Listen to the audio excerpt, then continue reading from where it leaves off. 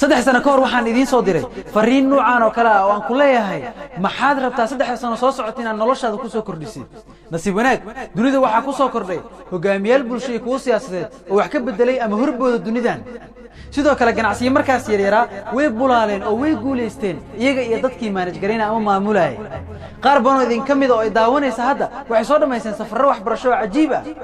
qaar kale oo naga midina waxay noqdeen maqabeeno waxay ku biireen dadka dunida dhaqaalaha ku maamula adigu ma ku jirtaa liiska guuleystayaasha maanta ma tahay maalinta aan u dabaaldegi lahayn guulaha aad gaartay oo aan weynayn lahayn I'm very sorry haddii jawaabtaadu maya tahay maxaa yeelay aniga adigu waxaan marqaati ka nahay anagoo duugayna ama aasayna saddex sano oo ka mid ah cimrigaaga isla markaasna aadan wax muuqda ku soo kordhin noloshaada iyo nolosha bulshada waa haddii aadan ka faa'iidaysanay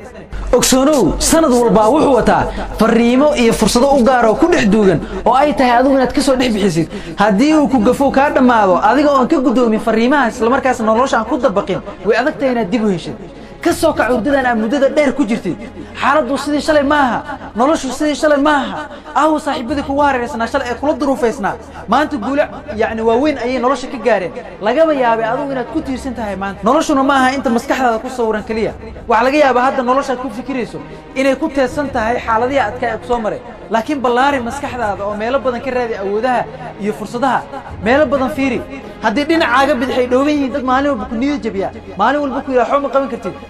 يعني كونية جبتي هكو كان أنت أسكليا دين عاقب بدك فيري وحلاقي يا بيني شوغان ضدنا يرأى هذا نهار مرك يدلك إسماعينا يعني يكون يديلك جرينيسو يكون رجال جرينيسو اسمه ميل أدو سعتان إسلام مركزنا يكون يعني قصب يسوع إن السنة والبسيط هذا وقفايدي ستي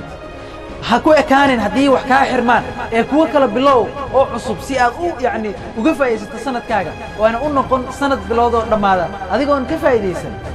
inaad nooshahay oo aad neefsanayso cunayso oo cabayso inta soo kacdo subaxdii habeenka aad seexanayso adiga oo aan ka faa'iideysan adduun iyo aakhiraba oo waqtigaaga waxba uga faa'iideysan ma aha wax ka turjumayo qiimahaaga iyo quruxdan kugu dhex jirta laakiin wax tagi tigsimaad male wixii shalay dhacay dhacay maanta hadii ilaahay caafimaad kuu gaarsiiyo sanadka dhalan doona bariya kadib maxaa kuu qorshaysan inaad ka bedesho noloshaada nolosha qoyskaaga iyo nolosha bulshada oo dhan waan hubaa jawaabo qurux badan ayaa kugu soo dhacaya maskaxdaada jawaabahaas iyagoo erayo ah warqad inta ku xardhid ama ku qortid korkaaga ama qolkaaga ku dhegso iyagoo ficil ahna nolosha ku dabaq si aad u noqotid 3 sano kadib ama sanad kadib qof guuleysta oo aan la dabaaldegno thank you ha ka quusan guusha